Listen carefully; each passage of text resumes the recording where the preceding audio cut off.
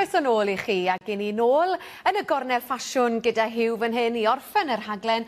Hugh, edrych ymlaen I weld mwy o ddillad sgleiniog a metalig. Ie, a mae digonedd o ddewis, a mae rhywbeth ar gyfer pawb, achos yn arferol, pobl ifanc sy'n gwisgo pethau sy'n lot o sglaen ynddo fe. Nes bod ni'n cyrraedd, fel o'n i'n gweud gynharach, adeg yn y dolyg, lle all of a sudden, right, mae pob byd da chi'n y cwbl dod yma sy'n mynd i'r partion. Da mae pobl bydde byth yn maeddi gwisgo unrhyw beth sy'n denu sylw, maen nhw fel rhyw peacocks ydyn nhw'n disgleirio.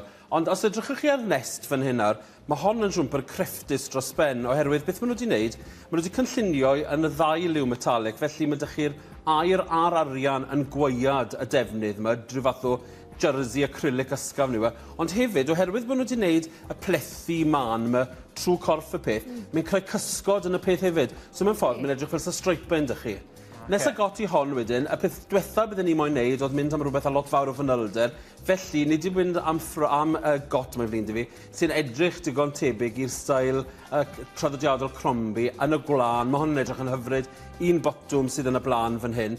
Ond beth o'i wedi ychwanegu fan hyn, os ewn ni at yr bag a'r sgidiau, fe welwch chi bod ni wedi ychwanegu sglaen yn hynna, ond nid oherwydd bod nhw'n metalik, ond oherwydd bod nhw'n patent. A mae hwnna wedyn jyst yn clymu'r cyfan mewn, heb o'ch chi'n sylwi bod chi wedi wneud e. Y tric yw gyda matcho pethau yw fyny, yw wneud e bod pobl ddim yn mynd I sylwi. Y peth diwethaf chi mae'n wneud mewn ffordd yw mynd am bag arian mawr a sgidiau metalik. Be chi'n mynd wneud yw twtch o'r metalik, a wedyn os chi'n moyn ychwanegu bach fwy, jyst bach o sglaen mewn ffordd gwahanol wedyn. A mae'r bag hyn a'r sgidiau yn neud yn berffaith. A dwi ddim yn gwybod pa mor glir mae'n dangos ar gamera, achos fan hyn mae'n edrych yn dywyll, ond rhyw lliw gwyn yw'r ein. Ie, mae'n torri ar y llwyd. Yn bendant, a gyda diwrnod Beaujolais ddim yn bell I ffwrdd yr ein yn berffaith ar gyfer y diwrnod yna.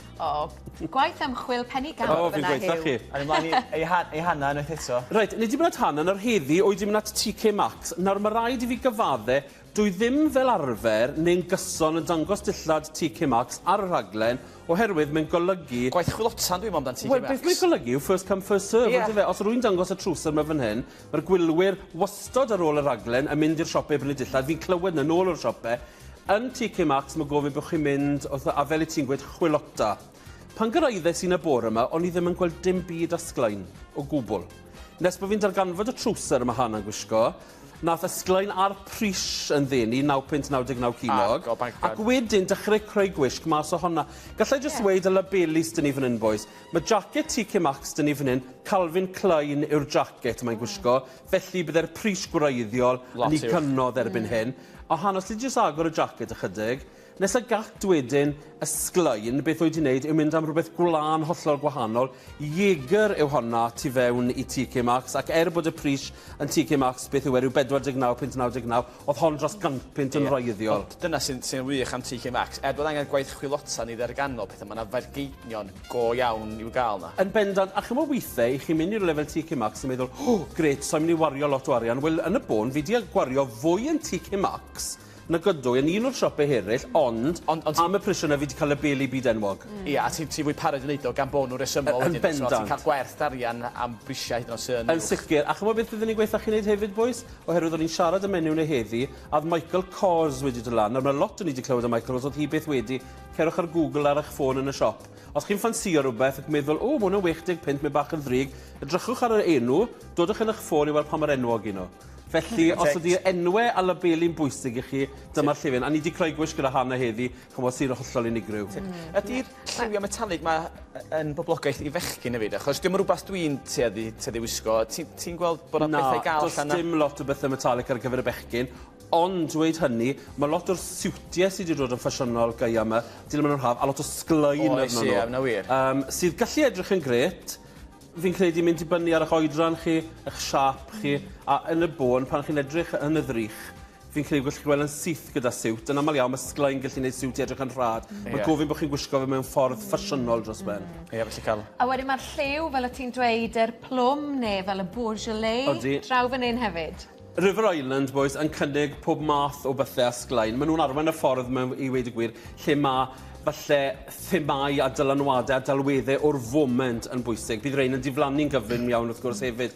Ond y bomber jacket fan hyn yn gweithio'n gret, wedi dod I fe gyda lliwyd, yr lliw gwyn yma yn rhywbeth sy'n arwyddocaol iawn o'r lliwiau hydrefol ni'n gweld yn dod mewn.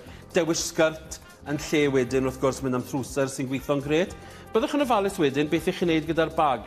Oherwydd bod y jacket metal dyn ni, y jacket metallic dyn ni, a'r manylion ar y jacket sef y zipper beth yn yr arian, oedd lot o'r bagiau yn River Island yn defnyddio yr air, nid air go iawn wrth gwrs, ond yr metal lliw air ar bopeth. Felly beth ddefnyddiais i oedd bag a rose gold.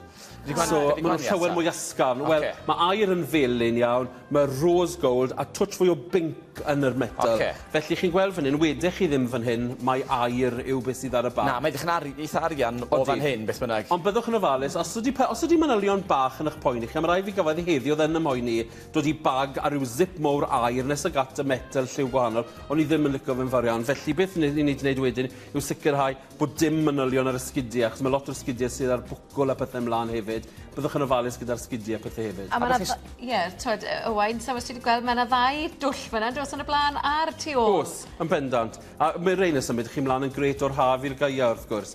Mae lot o bobl yn fwng gwisgo rein gyda sanau neu hosanau ar gyfer y gaia. Dwi ddim yn fan, mae rai fi wedi o weld yr peep toe, fel maen nhw'n ei galw nhw. Yn gweld y peep toe a gwahosan. Ond erbyn hyn, chi'n gallu prynu sanau wrth gwrs sydd a maen nhw wedi gwneud peep toe yn y sanau hefyd. Ac i'r students myfyrwys allan am cael pethau allan stoc fatha plaen di fel am i fynd efo unrhyw beth maen nhw'n prynu. Jystion greadigol bod y metallic neu beidio dydi? Yn bendant. Y broblem gyda myfyrwyr sy'n mynd i siopa ar yr ugain y 100 bant yw y dewis. O dwi'n prynu y jacket fel ni wedi gweld nifer yn ystod, brodwaith hyfryd, mae pawb yn mynd i gofio fe, neu ydw i bwysoddi mewn jacket fach syml di. A fi'n gwybod beth bydden ni'n neud, bydden ni'n mynd am yr un mae pawb yn mynd i gofio. Ond mae synwyr y cyffredin yn dweud, ella ddylswn wedi mynd am y llall yn y diwedd na, ond dim ots. Diolch yn fawr iawn. Diolch i chi. Gret.